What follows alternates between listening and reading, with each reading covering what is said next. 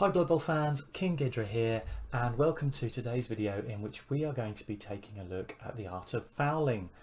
We will go through some of the basics. We'll take a look at the risk-reward proposition, which is very much at the heart of effective fouling, and finally have a think about how some of the changes in Blood Bowl second season edition will affect your approach to fouling in Blood Bowl going forwards.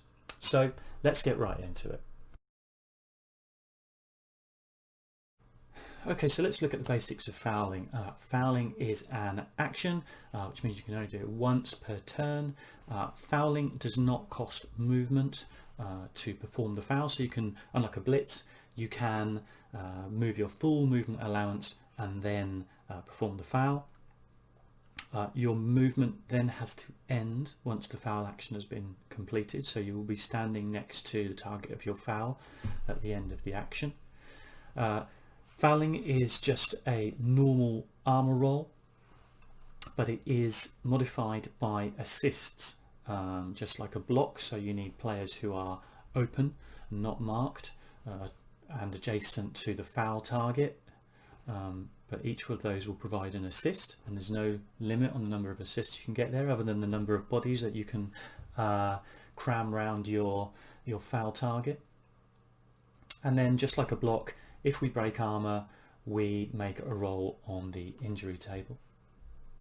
And the key thing here is if we roll a double of any kind, be it on the armor roll or the injury roll, the player who has made the foul action is sent off, and that means that they are removed to effectively the casualty box. They have no chance of returning. They will play no further part in the game.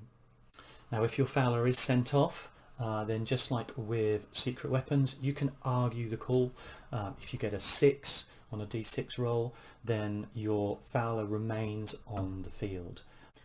And the final thing to bear in mind is that if you are sent off, that's also a turnover, which is one of the reasons why fouling is very often left to the final action of the turn, because there is an inherent risk element there of ending your turn with the foul. So we have some skills that also affect the basic fouling action. The most important one of these is Dirty Player, and Dirty Player is effectively Mighty Blow for fouling. So it enables you to add +1 to either the armor roll or the injury roll, and you can make that call after you've made the initial dice rolls. The other one is Sneaky Git.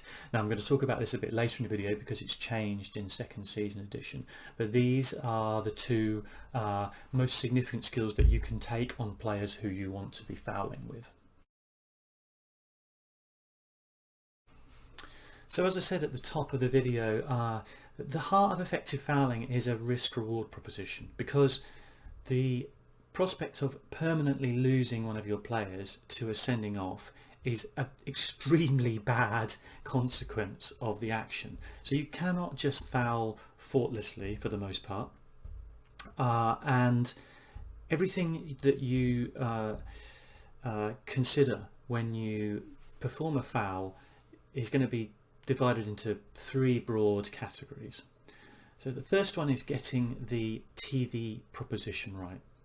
And what I mean by that is the relative TV values of the players involved in the foul. So, you know, for a very, very simple example, something like a zombie is only 40k, and something like a war dancer is 125k in Blood Bowl second season edition. So when you have the opportunity to potentially damage a player worth 3 times as much as another player, then that significantly favours the risk-reward proposition of making the foul. Now that's probably the best case scenario. Most fouls are going to fall somewhere on a slightly different scale of the equivalence of the TVs involved. Our next consideration is the chance of actually breaking armour and causing injury.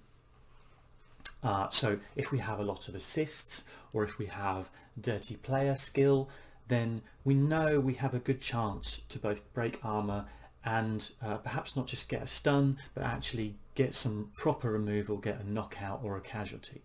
And again, if that appears to be in our favour, that also provides a very strong argument for making the foul. And the final one is if we have any kind of sending off mitigation. So if we have skills like sneaky git, or if we have a bribe in our pocket or something like that, then again, that can give us greater confidence in making the foul and knowing that the risk reward is balanced in our favour. So those are the three big areas, and generally every foul that you commit is going to fall somewhere along a spectrum of some or other of those things being in your favour, and the skill at the heart of fouling is making that decision, and of course taking into consideration the game state when you make the foul to determine whether the foul is the best thing to do. So what do I mean by game state? Well, obviously fouling is particularly effective at certain times, and in general in Blood Bowl, the earlier you do damage the better, right? Because you deny your opponent their damaged pieces for the longest period of the game. By the same token, if you make fouls very close to half time, for example, this can potentially be less rewarding, because if you get something like a stun, well, you haven't perhaps really influenced the game state very much. If you get a KO, your opponent's going to get perhaps multiple chances to roll to recover those KOs, and obviously further and further through the game you are, the less impactful it's likely to be to have a player removed from the game. Now on the flip side, one of the other things which can be very important sometimes is just to guarantee that a particular opposing player can't perform an action on any given turn, the next turn or perhaps the turn after. And so sometimes for that reason, a foul where we are pretty much guaranteed to cause a stun can sometimes be absolutely the right thing to do in order to secure a tactical advantage, even if we don't actually think the chance of doing a more significant injury is very likely. So this is a big consideration that you need to take into account. And also, of course, exactly on the same principles, if your player is going to be sent off, that is going to be more or less impactful depending on at which time it occurs. Obviously, the earlier in the game, the worse, generally speaking, as well, for exactly the same principle as the removal of an opposition player. Talking about the changes that have come from Blood Bowl second season edition, and certainly the most significant of those is the change to the Sneaky Git skill. Now, Sneaky Git was rightfully considered one of the worst skills in Blood Bowl in previous editions of the rules. The impact from not being sent off on a double when you didn't break armor was really minimal, and that was only really helping one of your worst case scenarios from a fouling perspective anyway, because obviously ultimately you always want to be breaking armor if possible. In the new edition, we now have full protection from doubles on the armor roll, which is absolutely fantastic. And what that means is that even if we do break armor, our chance of being sent off is a maximum of 1 out of 6. Now, what that means practically, of course, is that fouling becomes a little bit more spammable, and it very much upsets the balance of the risk-reward proposition, which I've discussed at length in this video. If you have that very strong protection from being sent off, you can worry far less about some of those other aspects of whether the foul is worthwhile, because it's just so unlikely that you'll be sent off.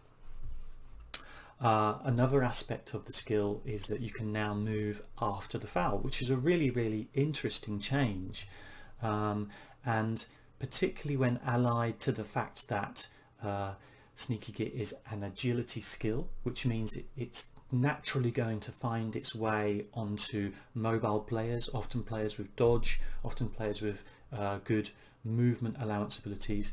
It means that you have a lot more options for your Sneaky Git foulers, probably, in terms of how you're able to position, or whether you can maybe, you know, dodge into somewhere and perform a foul and then run away again, in ways that you would not previously have been able to do before this skill was changed. So I know a lot of people think that the changes to Sneaky Git are going to actually have quite a significant impact on the meta by making fouling spammable in that way. Whether that will really be the result, I'll leave for other discussion, but unequivocally the changes to Sneaky Git have been a major buff, and teams that have easy access to it, and obviously that includes all of the stunties and a number of other teams who perhaps already have cheap foulers and are interested in fouling, certainly will create a lot of interesting opportunities for Sneaky Git fouls. Now, one of the other changes for fouling in this edition is that we have a dirty player +2. You know, as per the normal use of the dirty player skill, can either add 1 to the armor or injury roll that we're trying to make, and now we have some people in the game who can get dirty player +2 potentially, one of those being the dwarf death roller, which I think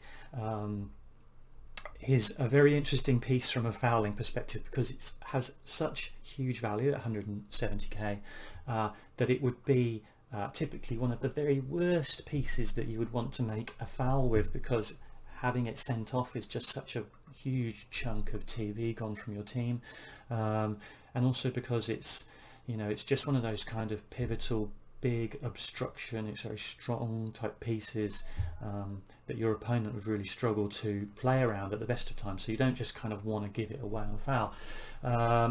But given that it has secret weapon, people did used to foul with it a lot anyway, because at some point you were inevitably going to lose it. And now it has DP +2, which means that it can be potentially devastating on the foul. Again, that's another interesting thing to look out for. Probably won't be seen a huge amount, but definitely has great potential. Now, as well as the death roller, we also have a star with dirty player +2, and that is the infamous Lord Borak the Despoiler, who's had a little bit of an upgrade in this edition, and he's also capable of doing just as much devastation as the death roller with his boot. Again, at 260k, whether you want to be fouling with a piece like Lord Borak is questionable, but he also has Sneaky Git, so his chances of being sent off are pretty low. He's come down in price in this edition. He's potentially devastating fouler, and I do think is probably definitely worth a look. And another probably going to be infrequently seen but very interesting possibility brought about by the second season edition is the Black Gobbo. Now, as some of you will know, the Black Gobbo was formerly a legendary star. He is a kind of bombardier type goblin, and he's quite expensive at 220k in the new rules, but he's now a kind of normal star. He's available to a number of teams, and he should generally be available, unlike the legendary kind of golden age stars were in previous edition. But the most interesting thing about him in terms of fouling is that he actually enables you to perform a second foul as long as it's with himself. So you can be performing 2 fouls a turn as long as one of them is with the Black Gobbo. Again, at 220k, how much you necessarily want to be doing that is debatable, but he does have Sneaky Git, so again his chance of being sent off is very low, and on those kinds of teams that can take the Black Gobbo and might have other Sneaky Git players, the potential for double Sneaky Git fouls every turn could potentially be quite devastating, and I'm sure someone out there is going to have a lot of fun with it. And one of the other key changes in Blood Bowl Second Season Edition is that Guard now provides assists on fouls as well as on blocks. This is a very interesting change, and obviously it naturally benefits teams which are probably trying to look to do damage anyway. So for those teams that are naturally trying to bash their opponents, probably picking Guard to enable them to make more blocks, well, now when they get those opponents down on the floor as a result of blocks, they're going to be extra able to provide assists and cause damage with fouls as well. So that again will provide a very interesting possibility for a number of teams, and probably means that a number of teams are more able to cause damage. So there's a summary of fouling, a little bit of a discussion about risk reward, and some of the skills and players who you can think about when performing fouling actions as well. Hopefully you've all got a little bit more information now to help you make the right decisions about fouling and do as much damage as possible. And I'm going to leave you on this video with a few charts that illustrate some examples of your chances of successfully breaking armor and causing injuries, and unfortunately being sent off, with different kinds of armor values and skills involved, which I think are really, really useful and will help you really kind of embed that idea about the risk reward proposition in fouling. Thanks very much for watching. Strap your hobnailed boots on and get out there and get stamping. See you on the Blood Bowl pitch.